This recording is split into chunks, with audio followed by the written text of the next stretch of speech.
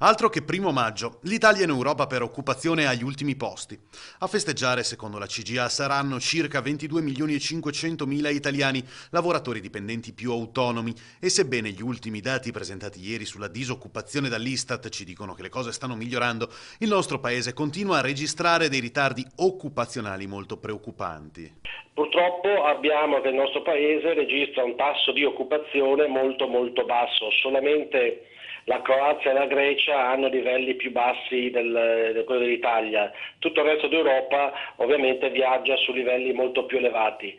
Non va meglio la situazione in Veneto. Preoccupa anche la situazione del Veneto perché insomma, di fronte a 2 milioni di occupati circa, in questi 6 anni di crisi economica abbiamo perso oltre 89.000 posti di lavoro e anche nell'ultimo anno ne abbiamo persi 13.500, mentre in tutte le altre regioni, insomma, in questi ultimi 12 mesi c'è stato invece un aumento dell'occupazione.